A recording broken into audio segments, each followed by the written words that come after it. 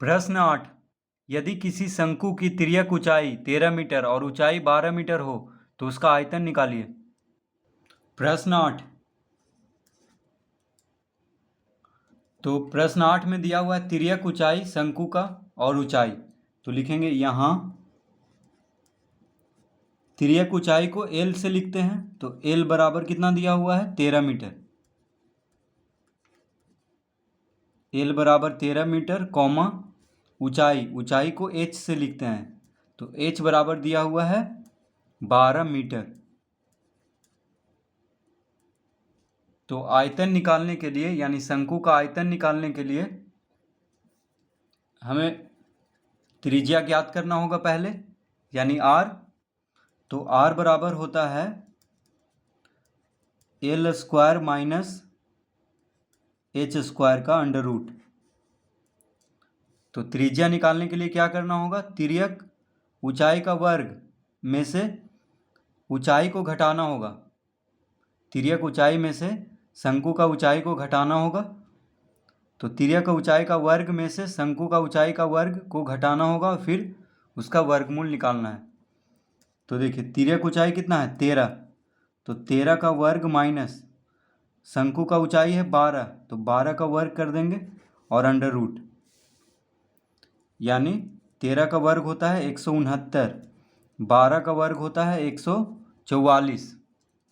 तो इसका under root करेंगे, कितना आ जाएगा, 9 में से 4 गया 5, 6 में से 4 गया 2, यानी 25। तो 25 का वर्गमूल होता है 5, ठीक है। तो 5 मीटर आ गया R। तो तिर्यक ऊंचाई और ऊंचाई मीटर में है, तो त्रिज्या यानी शंकु का त्रिज्या कितना हो गया 5 मीटर। अब हम निकालेंगे शंकु का आयतन, तो लिखेंगे शंकु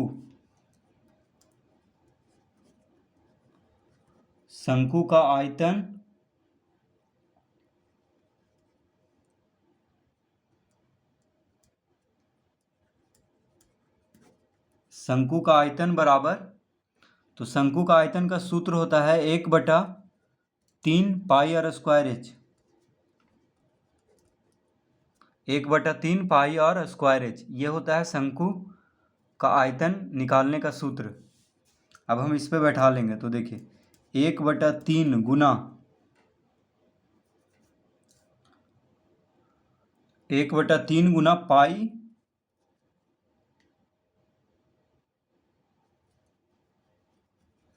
गुना आर कितना आया है, यानी त्रिज्या हम लाए हैं 5 मीटर, तो 5 का वर्ग कर देंगे, आर का वर्ग है, गुना ऊंचाई कितना दिया हुआ है, यानी शंकु का ऊंचाई कितना है 12 मीटर है, तो 12 से गुना कर देंगे। तो देखिए 3 से 12 कट जाएगा, 3 चौक 12, कितना आ गया 5 का वर्ग 25, 25 गुना 4 कितना हो जाएगा 100, यानी 100 पाई सब मीटर में दिया हुआ था, ठीक है। तो घन मीटर में आ जाएगा इसका उत्तर, यानी 100 पाई घन मीटर। तो देखिए पाई का मान हम यहाँ पे क्यों नहीं रखे हैं, क्योंकि पाई का मान अगर हम रखेंगे 22/7 तो कोई कटेगा नहीं यहाँ पे, यानी दशमलव में आएगा, इसीलिए उत्तर भी देखिए 100 पाई ही दे रहा है, यानी पाई का मान यहाँ पे नहीं रखेंगे, बस पाई ही रहने देंगे। तो 100 पाई घन मीटर हो जाएगा शंकु का आयतन। तो इस तरह से हल करेंगे।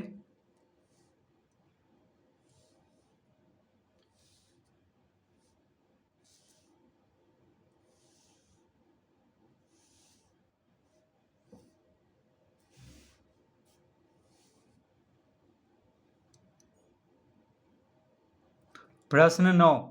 एक लंब वृत्तीय शंकु की तिर्यक भुजा, जिसको तिर्यक ऊंचाई कहते हैं 10 मीटर है और इसकी ऊंचाई 8 मीटर है, इसके वक्र पृष्ठ का क्षेत्रफल ज्ञात कीजिए।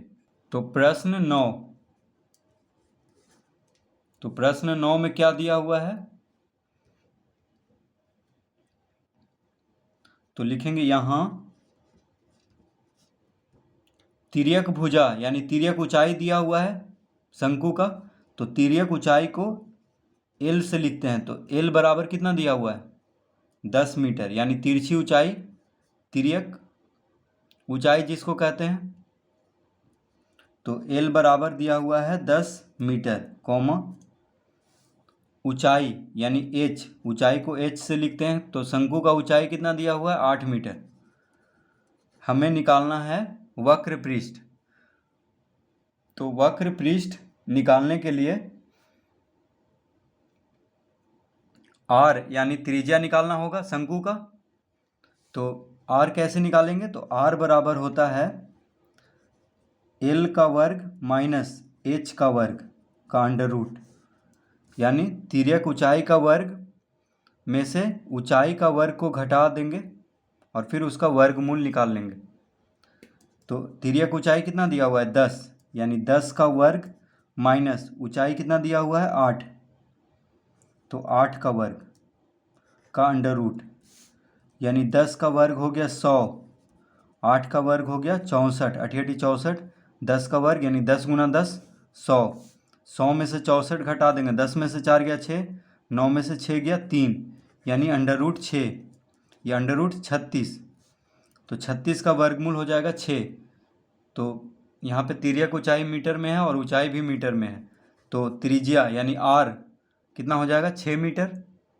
तो त्रिज्या यानी शंकु का त्रिज्या निकल चुका है यहाँ पे R बराबर। अब हमें क्या निकालना है, वक्र पृष्ठ। तो लिखेंगे शंकु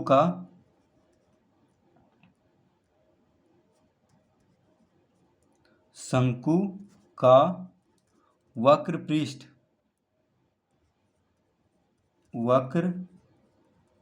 पृष्ठ का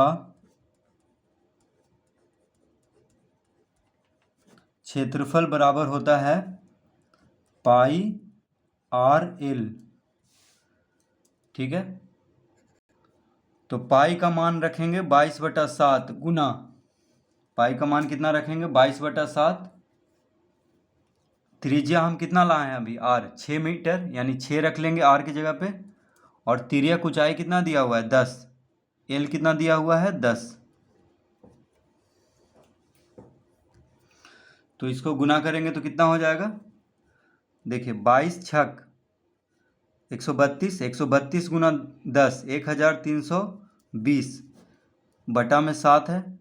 अब देखिए इसको 7 से भाग दे देते हैं, तो 7 गुना 1 7, 6 इधर गया तो 62 हो गया, तो 7 8 56, 4 इधर गया तो 40 हो गया, ये 7 8 56, और 6 इधर जाएगा तो 60 हो जाएगा, फिर 7 8 56 लगाएंगे तो 56 4 बच जाएगा शेषफल, और 7 को यहाँ लिख देंगे, यानी 188.4/7 सब मीटर में है, तो ये क्या हो जाएगा वक्र पृष्ठ वर्ग मीटर में, यानी 188.4/7 वर्ग मीटर हो जाएगा शंकु का वक्र पृष्ठ का क्षेत्रफल।